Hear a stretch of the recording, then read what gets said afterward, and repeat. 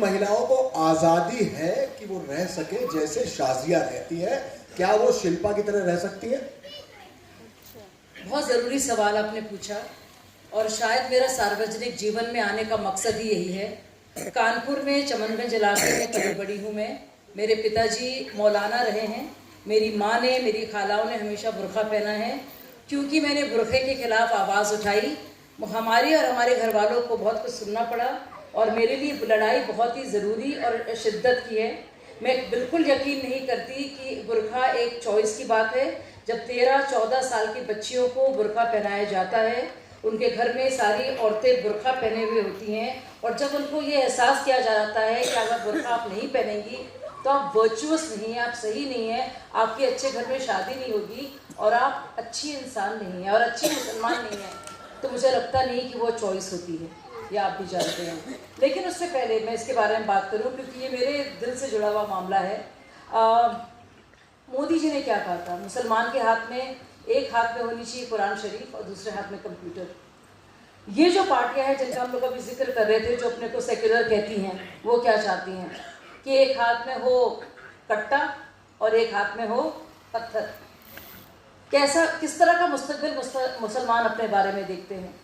बार बार कहा जाता है कि ये हमारी सरकार जो है मुसलमान विरोधी है।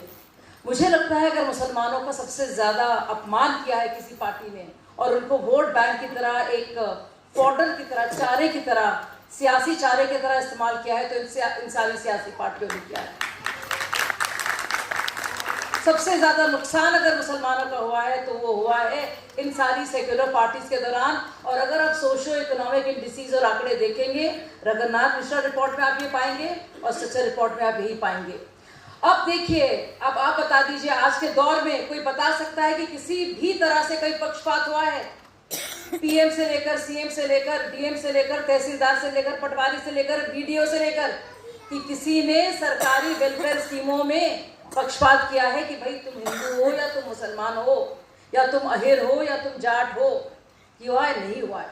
और यही सबसे बड़ी ताकत है सरकार की और इस देश की और हर एक भारतीय की, कि यही इसका मतलब है राम राज्य। मेरे लिए यही सुशासन और यही सेवा और यही गरीब कल्याण है राम राज्य।